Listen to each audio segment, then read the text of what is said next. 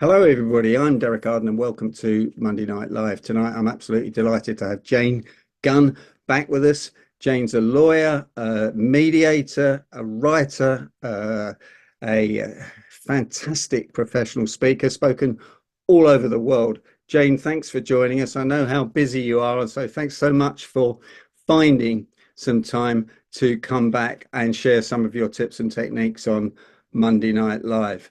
Jane, what have you been up to recently? I know you were driving back from Norfolk. You've been doing all sorts of mediations. Share some of the issues with us.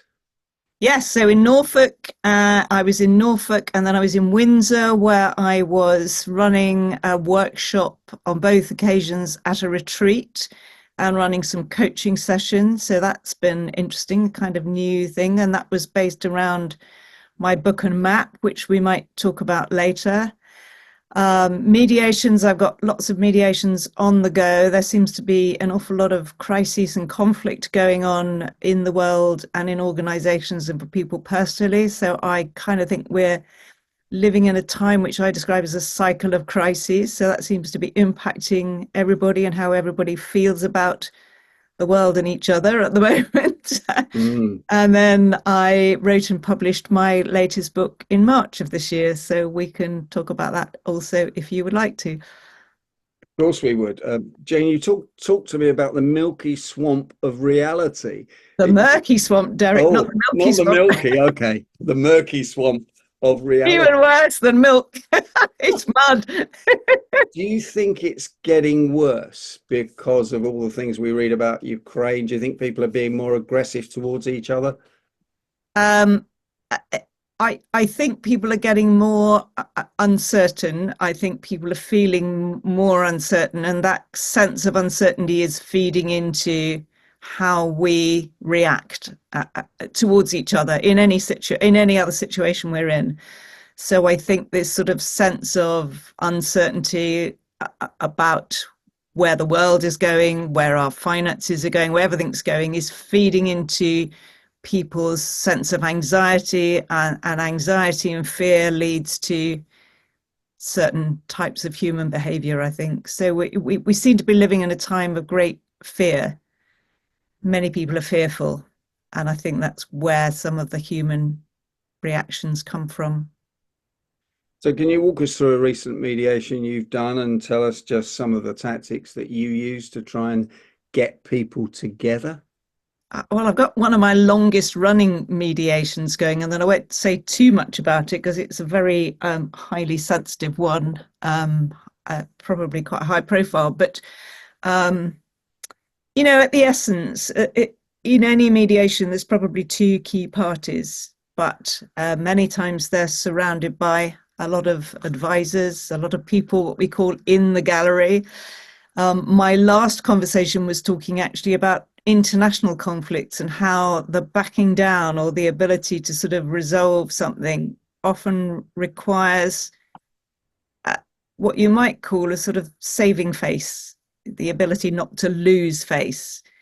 And of course, when you start thinking about international leaders who've taken a stand, how many people are in the gallery? I mean, everybody, the whole world's in the gallery watching what they do. So the ability to step back from the brink and save face is massive.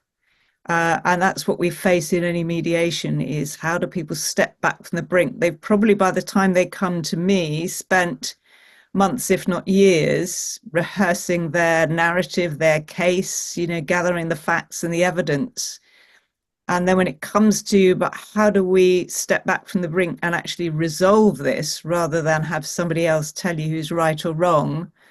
It's not about any of that facts or evidence. It's about how do we find a resolution. And there's a difference between a settlement and a resolution, but how do we find a resolution that helps us both walk forward? How'd you do that?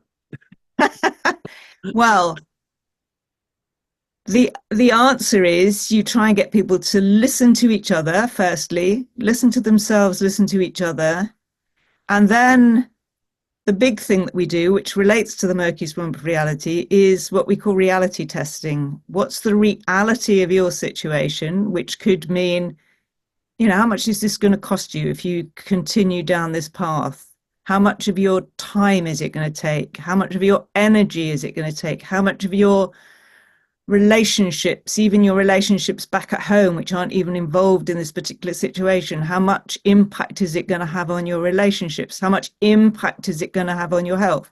So the cost of conflict is one of the key things that people probably haven't gone deep into. They may have looked at, but they may not have fully understood the legal costs. And of course, in a legal case, if you lose, you pay the other side's costs as well as your own. So how do you do that equation? If I say we do things when we get to the end stage and we're in mediation, is to say, how much does it cost you to date? Costs to date, we call it, CTD.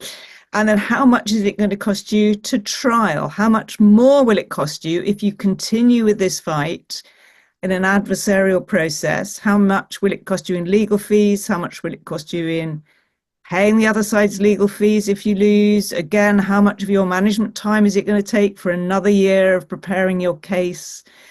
And then all those things that I mentioned, how much is it going to cost you in terms of relationships, health?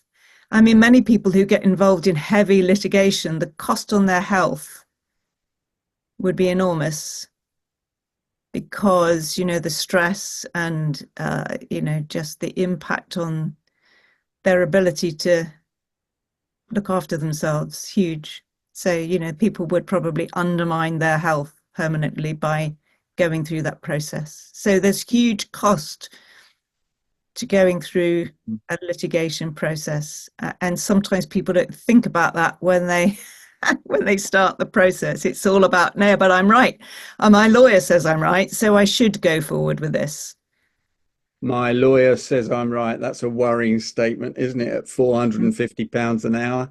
Of course, the lawyer would say they're right. A friend of mine at the moment, his son's going through a divorce, and he's paid £150,000 in lawyers' fees to date, and they can't seem to get any sense of agreement out of the other side. And of course, they won't go to mediation. I mean, how do you resolve that? Now, I know you're going to tell me there's no answer, but give me your best go at it. Well, there should be. I mean, in most matrimonial cases, that there is nowadays a requirement to look at mediation. There should be an encouragement to go to mediation. So I'm surprised if they haven't tried it or haven't looked at it. They should have done. I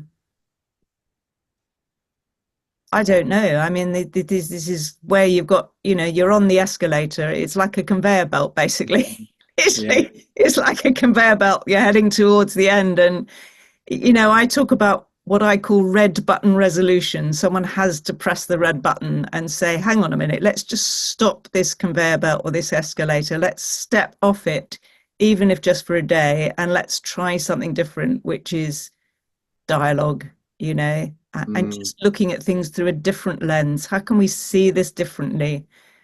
What's it really? The question I'm always asking my clients is, what really matters to you and why does it really matter? And that's not about, am I right or am I wrong? It's no, what really matters to you? And in a divorce case, it might be, say, what really matters to you about what are the things they're arguing about, usually about money and about the house and, about the children. So what is it that really matters to you about continuing to live in this house, for example? Or what is it you really need from the money that will be left over? Because if they're spending that much money on legal fees, there won't be that much left, really. So it's exploring, what do you really want to do with your life after divorce? How do you want to interact with your partner? How do you want your relationship with your children to be? What do you need the money for? It's kind of envisioning the future and saying, what do you want that future to look like? And how do you get there, rather than are you right and are you wrong? I doubt if anybody else does that to them until they get to you. I can't see the lawyers or the solicitors doing that. No, they're much more, I mean, I don't know in this particular case, but yeah, it's much more about, can I build a case? Am I right? Can I build a case? And then lawyers often go to a barrister to say, confirm that, a specialist, confirm that you have got a case. And so they're looking at the chances of you winning if you take it to court, rather than could we step off the conveyor belt and look more deeply at it? And so the murky swamp of reality is also about digging more deeply and saying, what's under the surface? So we look in mediation at something we call the iceberg model. And it comes from this Harvard project on negotiation, which at the top, we're moving from what you call positional bargaining, which is my position's better than yours, to what we call principled bargaining, which is to say, under the surface are all sorts of things that matter to people that we've not talked about yet, which are your vision of the future, your beliefs, your hopes, your fears, your values. How do you start to unpack and talk about all of those things? And then when you've done that, you say, and so given all of that information that we've just uncovered, what options do we have? Not just one option, but how many options, how many different paths can we craft? And then how do we choose between those different options? What are our criteria for choosing? Again, that might come back to sort of values and beliefs and what your vision is and how you're going to get there. But let's do that exercise, the digging deeper into the murky swamp, and then the options. How many options are there for moving forward? But I guess you've got to do that with both parties, haven't you? You If do it you're with both parties. You can do it separately, and then you can do it together. So normally mediations start with doing a bit of a deep dive with each party, getting to know them, getting to understand their story, doing this deep digging and hearing them. And then if you can bringing them together and doing that exercise together to say, okay, I've heard from you what you want, and they share that information. And then you say, okay, well, let's look at the options for moving forward. Well, this option 1 here looks like this. Option 2 here looks like this. Option 4 looks like getting back on the conveyor belt again and going to court, going for it. Which one do you want? Which one makes most sense? You talked about health and relationships and children. Those things very often are not in the equation when the lawyers get involved, are they? And I remember when we did rehearsal mediation together, you really did emphasize the issues about someone's health. Somebody in their 50s, 60s, all wound up, red in the face, emotional, bit overweight. You can see it all, can't you? You can see where it's going to. It's just obvious with the body language. So one client, and this was a commercial property dispute, but one client, we were doing this exercise in a mediation, and he suddenly said to me, do you know what? He said, my wife is at home with, she's in bed, she has rheumatoid arthritis. If I spend the next 2 years of my life litigating, I won't be able to spend the time with her. And that was a deciding factor. That's nothing to do with his legal case at all. It's a personal choice to say I have to choose where I put my energy and my time. And if I choose to put it into this case, I can't spend my time with my wife. And she's chronically ill. And I don't know how long she's going to live. Was that a light bulb moment for him that actually happened? It was, and it was a light bulb moment for the barrister, because I think I drew it all up on a flip chart. One of the things we use quite a lot in mediation is a flip chart. So a question is, what do I write down and what do I write up? But when you write things up or draw pictures or draw things out, it draws people's attention to it. And you can often draw something up, like this cost of conflict. I often draw that up onto the flip chart and say, ask them, how much does it cost you today? How much is it? We do all of that, and then it's up there for them to look at, and they then you can leave them for a bit to say, just reflect on that for a minute, and then come back to it. But it's a bit of a reality test, really. And what 3 tips would you give people before they let the lawyers loose on each other with the clock running?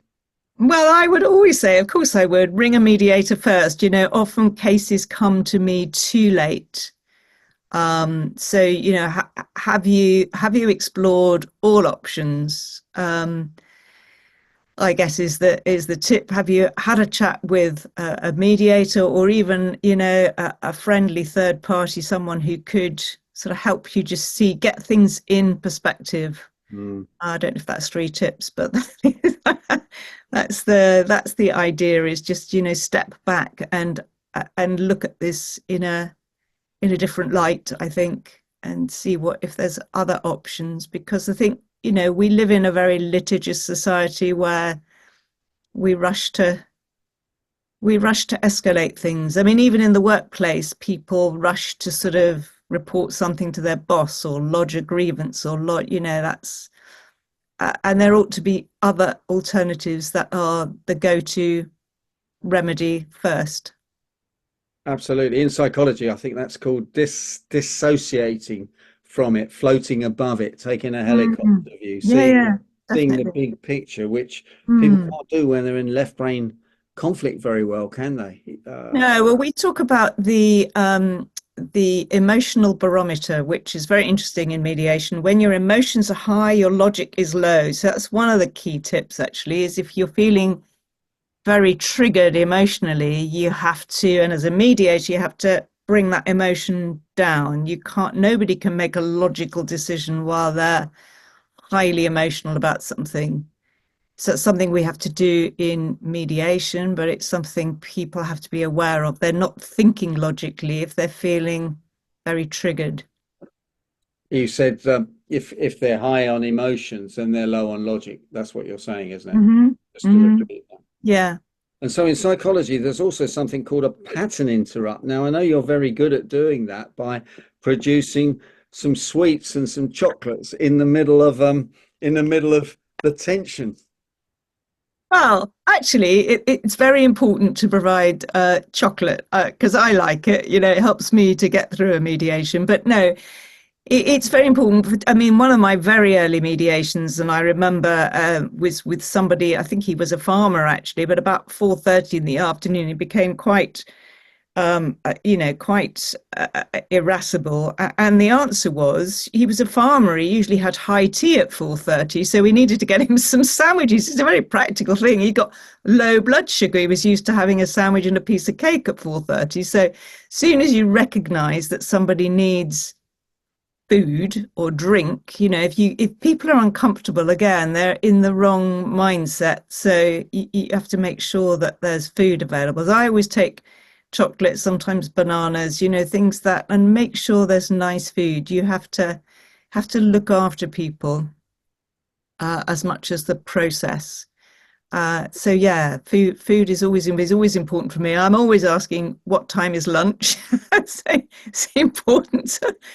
And you get people who want to rush through it and they say, well, we won't have a lunch break. Well, when I said, no, we will have a lunch break because it's important that we stop. And it's important that people have time to reflect. And if they want it, it's important that people have time to go for a walk. So those are things which are, built into or should be built into the process, that, you need time to stop, to think, to process, to take time out. It's really important that we do that. Absolutely. Absolutely. So I asked you earlier what your scariest negotiation was, and you sort of had to think quite hard, didn't you? But come on, what Well, was it? I don't remember it very clearly, but I do remember two people sort of wanting to punch each other and me standing in the middle, which I'm not sure did much good, but I think we all survived. But I'm quite short, as you know, Derek, so I'm not sure they can probably swing over my head if they chose to. But I think, just interrupting that pattern again, just stepping up and saying, you know, not to do that would seem to work.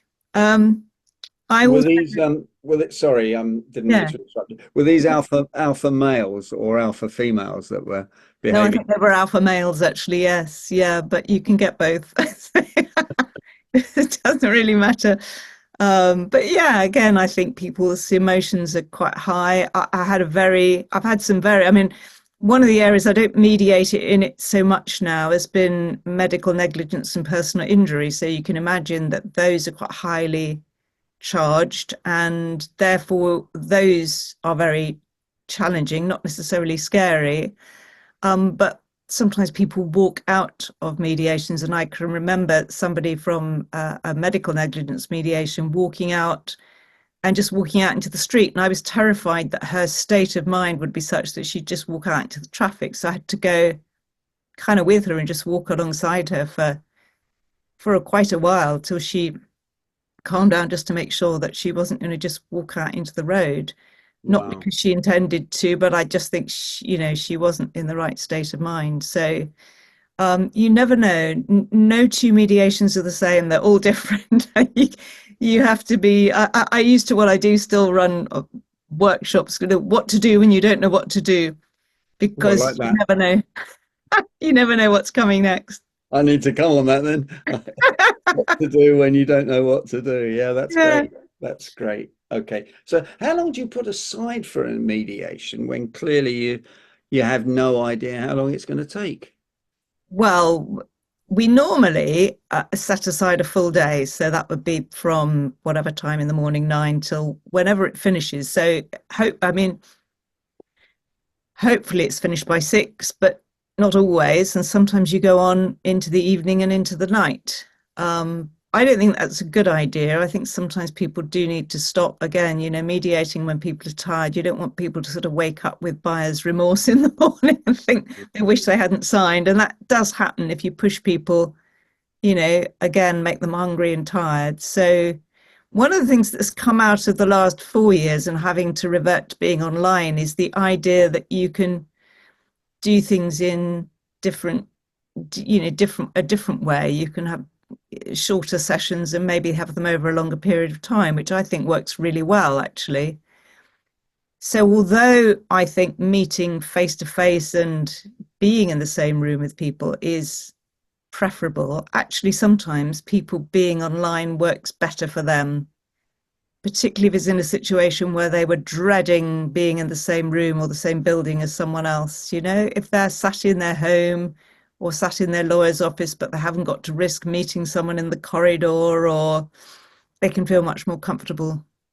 So sometimes we do sessions online. Sometimes we do a mix of online and then meeting up. So I've done one recently where we've had a couple of meetings, but we've reverted to being online, and that's worked well. So there's more options now in terms of how we manage the time. So just a few more questions quickly. So do you get them to sign a piece of paper there and then that's the deal? Because you obviously Yeah, can't have yeah. track types up. Normally, yeah. So there's two pieces of paper which are really important. There's the mediation agreement, which confirms that the whole thing is in confidence. It's without prejudice to their legal case if they've got one. So it's not going to prejudice any legal rights they have. So that piece of paper is really important. And then any settlement agreement is also should be drafted and signed. And that can often be the thing that takes ages. You might settle at 5 o'clock, but take 3 hours to draft the settlement agreement if it's complex. But that has to be, once they've settled, they should draft that. The lawyers draft it, and then that should be signed before you all go home. Oh, so the lawyers would be there as Oh well. yeah. Oh yes. So the lawyers would, and I don't draft the settlement agreement. The lawyers should draft that because it's a legal document and it's quite complex. So it should be drafted by the parties' lawyers, agreed between both of them, and then signed there and then. Do you have difficulty ever dealing with the other side's lawyers? I say the other side, both sides' lawyers. Yeah. Yes, I think so. So in a proper legal mediation or a complex legal mediation, you would have whoever's representing the parties themselves. There might be one or two executives from a company. Then you've got their legal team, which might be a couple of lawyers from a law firm plus a barrister. So I've had one case recently where it was two individual parties. One party had 5 lawyers and the other party had 4. Gee, I can hear the tills ringing at the moment. But yes, so you're not just dealing with 2 people, you're dealing with a room full of people who've all got different sort of perspectives and needs and egos and all of that. You've got to manage all of that. So yeah, it gets more complex, really. Wow. So the question is, how do you deal with the David and Goliath situation? Yeah, you asked me this one before we came on air, And you Derek. didn't want me to ask you it, so I'm going to ask you it. So the answer is it's not easy to do that. You know, the David and Goliath thing. As a mediator, it isn't my job to create a situation that's fair. My job is to test the reality. So if the reality is that one party is more powerful than the other, how do you deal with that? My job is also to make sure that the mediation is fair, that within the mediation process, they are equally heard, bringing it back down to a human rather than a corporate level so that they understand each other and are able to hear each other and make rational and humane choices. But if one party is concerned to overpower the other, what I might say here, actually, Derek, is what's quite interesting is that there are 4 theories of conflict. And so the first theory is that conflict is all about power. How does one party have more power than the other, to financial power, corporate power, social power, whatever? The second thing is that the second theory of conflict is the conflict is about rights. Who is more right than the other? So there you're looking at legal rights, moral rights. The third level of conflict we've talked about is it's about needs and interests. So that deep diving, you know, understanding who needs what they want, what they need, what their interests are. But the fourth level of conflict is understanding that at its heart, it's about the interaction between 2 people or 2 organizations. And it's the interaction that's broken down. And that has become dysfunctional. So the parties are not having a productive interaction, which helps them to do all of this exploration that's why you need a mediator. So my job as a mediator is to get them to that level, to focus on the interaction rather than the power and the rights, and even the needs and interests, to say, let's focus on how I can help you shift your interaction to be more productive, more effective, so that between you can make the best choice that you need to make. Mm. And that's a big issue with David and Goliath. Actually, we've got I'm a great football fan. We've got a huge issue at the moment between Manchester City and the Premier League, because they will just sue and sue and sue with all the money from the Middle East, Abu Dhabi, and see what happens. And yet it's pretty apparent that they're in the wrong. But there we are. Jane, we've got just a little bit of time for you to tell us about your new book before Thank you. we wrap up. And I see there's a few questions there, which I'm happy to answer in a minute, from Amy and we'll probably take those offline, Jane, but yeah, fine. So here's my book. It's called The Mole and the Mountain. Thank you, Amy. It's a very different book. I was being interviewed on it today, and somebody said, wow, it's a very different kind of book than you've written before. It is. It's a parable, and it's a story about how. Actually, it is a story about how you manage the landscape, how you navigate challenges and crises and conflicts, but it's seen through the eyes of a mole. It sounds a bit different from what I do, but it's how do you make that journey from the crisis, which I describe as a storm. And very often we don't see a storm coming. You know, we don't take any notice of the signs of the storm. So it's on us before we have made plans. How do you navigate this place called the murky swamp? So Maurice the Mole has to navigate his way through the murky swamp. How do you cross the bridge of courage and make the choice when you're being tempted into this deep, dark abyss by the slippery snake? And how do you climb to the mountaintop of experience where, with wisdom, you can see the big picture and the whole landscape? So, yeah. Jane, this doesn't sound very much like a left-brain lawyer to me, writing a book. What did you do? Wake up in the middle of the night and you couldn't sleep or something? And yeah, definitely. I like to. Well, I've discovered that despite training as a lawyer, I do have a creative side to me, and that actually, it's a much better way to describe what's actually going on for people rather than present it in facts and data. Yeah.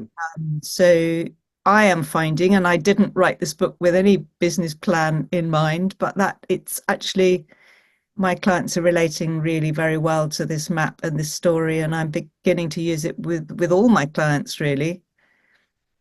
What do you do? Send them a copy of the book in advance, signed Well, no, copy. I give it to them during it, but we sometimes use the map as well. So there's a map in the book which describes this sort of journey and illustrates all the different parts, and a compass.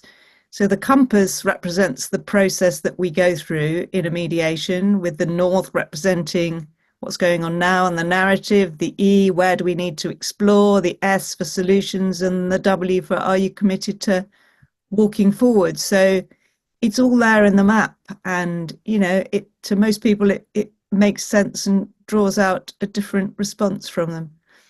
Sounds fantastic. I'm really sorry. You're on the program and I haven't got a copy of your book. Oh no. The book launch early, but Yeah. one last question before we wind up. Who actually hires you, Jane? The lawyers, the Good people? question, and I saw Amy asked that Yeah. question. So yes, if it's a dispute which is already with lawyers, then the lawyers would hire me. And so I belong to a couple of mediation chambers, a bit like barristers' chambers, where people will go. Sometimes some people come to me direct these days, and some people ask for me directly. But lawyers may go to one of these mediation chambers and looking for a mediator. Um, Otherwise, people come to me directly, particularly if they haven't yet got engaged in a legal dispute. They may come to me directly, and I might go and work with them as a team or as a board. I also do that. Doesn't don't judges insist that people go to mediation before they'll see things in court, or is that They not? are beginning to do that, yes. So there are Oh, some cases where they will say, please go and find a mediator. okay. Um, yeah, Jane, that's fantastic. Will you stay on to answer some of the questions once I I stop will. stop the Yeah, recording? That's thank you very fantastic. much. Can I ask members of Monday Night Live to give Jane the usual vote of thanks in the Look, normal Amy's way? got my book. Thank you. Thanks, Well, Amy. quite right, Amy. Quite right. So it should be. And Jane, how do people get your book? Well, it's on Amazon. If you'd like a signed copy, I'm always happy to sign one and send you one if you send me an email, and probably some money for it as well. So that would be Oh, great. well, if it's only Um, probably some money, I won't bother. I'll just send you an email in that case. But but yeah, no, I can brilliant. I can sell you a copy. Thank you. But it's on Amazon as well. And yes, if I'm out and about at an event, I usually have copies to sell as well. So Brilliant. Okay, Jane Gunn, thanks for joining us. I hope you're joining us thank next year as well. you. Yes, I'm sure I will. Very interesting. Brilliant. Thank you for so much. Yeah, thank you. Yeah, I was muted, so I'm unmuted now, I think. Okay.